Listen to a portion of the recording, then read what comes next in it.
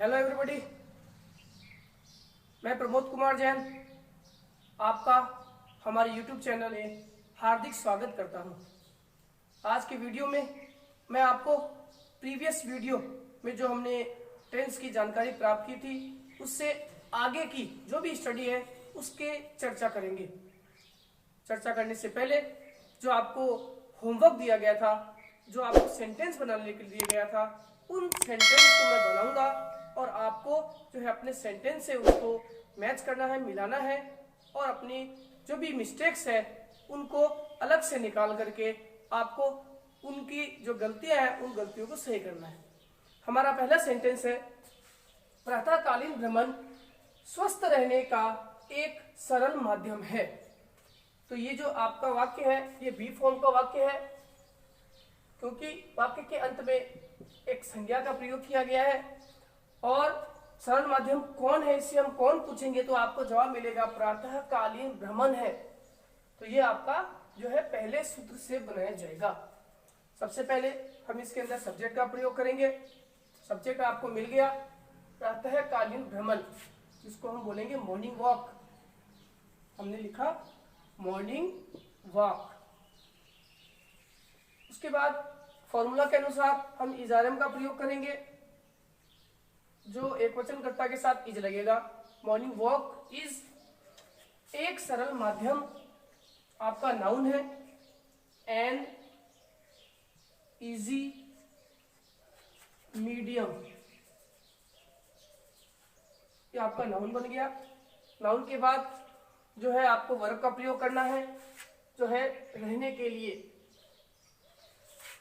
To be यानी रहने के लिए। क्या रहने के लिए? आपका ऑब्जेक्ट है स्वस्थ रहने के लिए, टू बी हेल्दी। इस प्रकार से हमने वाक्य का निर्माण किया। वाक्य में समस्त चीजों को हमने यहाँ पे डाल दिया है। वाक्य आपका बनकर के तैयार है। Morning walk is an easy medium to be healthy. Second वाक्य है, रमेश को गृह कार्य नहीं करने के लिए कक्षा में हमेशा सजा दी जाती है। सेकेंड वाक्य में दी जाती है या फिर सजा दी जाती है वर्ब को दर्शाता है।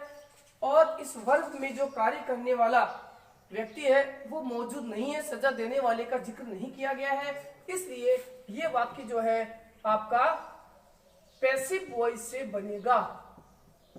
पैसिव वॉइस के सूत्र से हम इसे बनाएंगे। जो आपका सूत्र संख्या 11 है उस 11वें सूत्र का यहाँ पे प्रयोग किया जाएगा। तो सबसे पहले सब्जेक्ट को देंगे, सजा दी जाती है किसे? रमेश को। ये आपका ऑब्जेक्ट है और सजा देना को हम दोनों को वर्ब बना देंगे। तो आपका वाक्य बनेगा, रमेश हेल्पिंग वर्ब का प्रयोग करेंगे, रमेश इज। वर्ब का प्रयोग करेंगे, थर्ड फॉर्म लगाएंगे। उससे पहले एक एडवर्ब जो दिया गया है उसका भी प्रयोग करेंगे, हमेशा। Ramesh is always. अब हम वर्ब की थर्ड फॉर्म लगाएंगे, ऑलवेज पनिश्ड। उसके बाद हम आगे का वर्ब लगाएंगे, नहीं करने के लिए। और एडवाइवल जो है उसका प्रयोग हम बाद में भी कर सकते हैं, यहां भी कर सकते हैं। तो यही कर देते हैं, in the class not to. अगर बीच वाले वर्ब में नॉट का भी प्रयोग हो तो हम टू से पहले उस नॉट को डाल देंगे, नॉट टू डू। अब इसका ऑब्जेक्ट देखेंगे, क्या नहीं करने के लिए? गृह कार्य, इसका ऑब्जेक्ट हो जाएगा होमवर्क। वाक्य में जो भी चीज था सभी का प्रयोग हमने कर लिया है। आपका वाक्य बनकर के तैयार है। सूत्र के माध्यम से हमने बनाया, Ramesh is always punished in the class not to do homework. ये आपका वाक्य पैसिव वॉइस से बनकर तैयार है। तीसरा वाक्य है, आजकल लोगों को कोरोना के कारण घरों में ठहरना पड़ता है। वर्ब के बाद पड़ता है शब्द आया है, जो आपकी स्पेशल फॉर्मूलाज का फॉर्मूला है, जिसके अंत में पड़ता है आता है, उसका प्रयोग किया जाएगा। तो यहाँ पे ठहरना पड़ता है, लोगों को ठहरना पड़ता है, ये आपका सब्जेक्ट हो जाएगा। देखेंगे पीपल, पीपल बहुवचन करता है, हैव से का प्रयोग होगा। हैव टू, टू के बाद वर्ब की फर्स्ट फॉर्म लगाएंगे अपन ठहरना, व्हाट हैव टू स्टे। इसका एडवर्ब लगाएंगे एट होम, इसका ऑब्जेक्ट है नहीं, इसका एडवर्ब का प्रयोग करेंगे।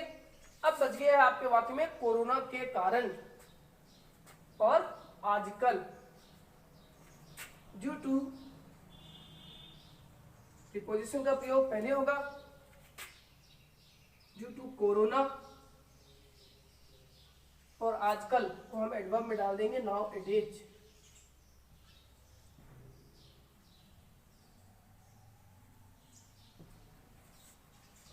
इस प्रकार से आपका वाक्य बनकर के तैयार है। People have to stay at home due to corona now it is. चौथा वाक्य, हमें इन दिनों कोरोना से बचने का उपाय समझना है। तो समझना है वर्ब के साथ ना ने नी का प्रयोग अगर किया जा रहा है तो स्पेशल फॉर्मूलाज में जो मैंने आपको सूत्र दिया है, फॉर्मूला दिया है, जिसके अंत में ना ने नी आए वर्ब के साथ, उसका प्रयोग किया जाएगा। सबसे पहले समझना हमें है, आपका सब्जेक्ट बनेगा वी, वी के साथ आर लगाएंगे, वी आर टू, समझना के लिए अंडरस्टैंड लिखेंगे,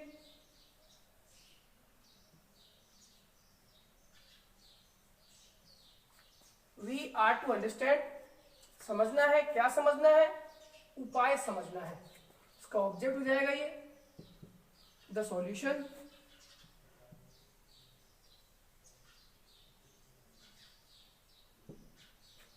We are to understand the solution। अब यहाँ पे दूसरा वर्ब है बचने के लिए, तो बचने का जो अंग्रेजी है वो हम लिखेंगे टू अवॉइड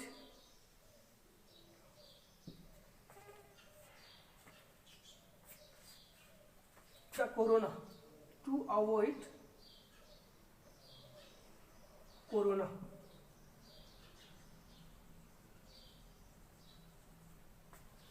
अब वाक्य में आपका एडवाइवर्स बच गया इन दिनों, इन दिनों को लिखेंगे दीज डेज।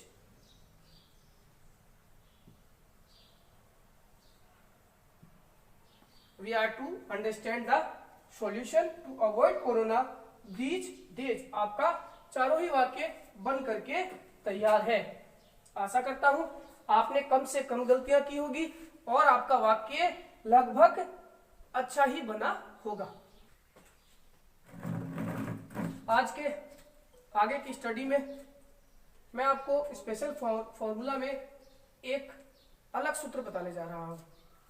जैसा कि आपको सामने दिख रहा है, मैंने हिंदी में भी लिखा है कि हिंदी के ऐसे वाक्य जिनके अंत में नाउन के साथ आ, ई, ए के साथ है और हूं आ जाए, तो आपको निम्न सूत्र का प्रयोग करना होगा। सूत्र आपके सामने है, सब्जेक्ट लगाएंगे, इज़ारम का प्रयोग करेंगे, नोट हो तो नोट लगाएंगे, वर्ब के फर्स्ट फॉर्म के साथ आईएनजी का प्रयोग करेंगे, लेकिन ये वर्ब जो है नाउन में बदल जाता है। वर्ब के साथ आईएनजी का प्रयोग करने पर बहुत सारे वर्ब नाउन में बदल जाते हैं। उसके बाद हम उसका ऑब्जेक्ट लगाएंगे, उसका एडवर्ब्स लगाएंगे और फिर वर्ब ऑब्जेक्ट एडवर्ब्स का प्रयोग करेंगे।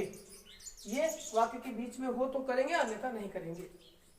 वाक्य नीचे दिया गया है, मेरे पिताजी एक विवाह में शामिल होने के लिए आज नए कपड़े पहने हैं। पहने हैं, यहाँ पे ये पहनना जो पहने पहले से पहने हैं, इसलिए क्रिया नहीं है। अगर पहनने का कार्य हो रहा हो तो क्रिया है, लेकिन यहाँ पे पहनने का कार्य नहीं हो रहा है, ये पहने हुए हैं, एक सिचुएशन स्थिति को प्रकट कर रहा है, तो ये यहाँ पर एक नाउन के रूप में कार्य करेगा। क्या पहने हैं? नए कपड़े पहने हैं, ये आपका इसका ऑब्जेक्ट हो जाएगा। सब्जेक्ट कौन है? पहने वाले मेरे पिताजी, ये वाक्य का सब्जेक्ट हो जाएगा। तो वाक्य बनाएंगे माई फादर, सब्जेक्ट है आपका माई फादर उसके बाद वाक्य में इज आर एम का प्रयोग करेंगे। इज पहने हैं, wearing, my father is wearing. यहाँ पे वियरिंग जो है नाउन का कार्य कर रहा है। इसका ऑब्जेक्ट लिखेंगे, क्या पहने हैं, न्यू क्लोथ्स, नए कपड़े पहने हैं।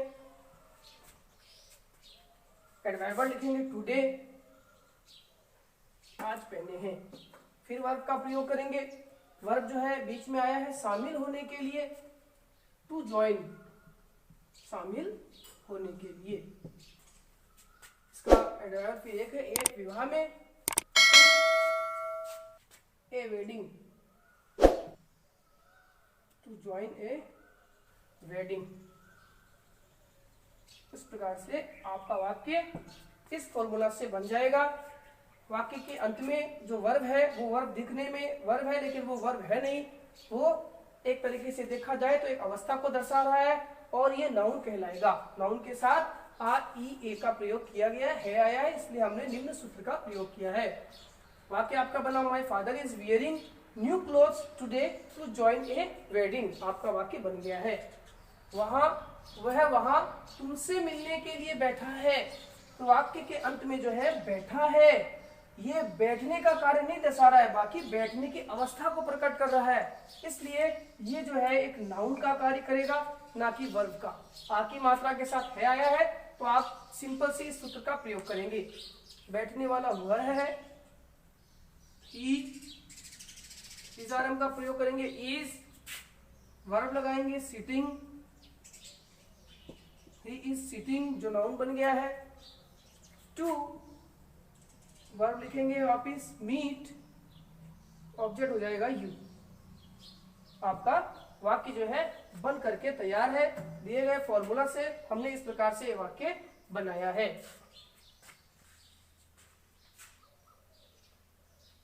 आज आपको आगे का जो गृह कार्य दिया जा रहा है करने के लिए वाक्य है, वर्तमान में बढ़ती हुई जनसंख्या को रोकना बहुत जरूरी है। पहला वाक्य है आपका। दूसरा, प्रधानमंत्री अपनी जनता के भलाई के लिए निरंतर कार्य करता है। तीसरा वाक्य है, वह वहां एक वस्तु खरीदने के लिए खड़ा है। इस प्रकार से आपको तीनों वाक्य होमवर्क के रूप में करने हैं। और आपको अगर वीडियो हमारा पसंद आए तो इस वीडियो को ज्यादा से ज्यादा शेयर करें, ताकि इस वीडियो का लाभ अधिक से अधिक व्यक्ति उठा सके। धन्यवाद।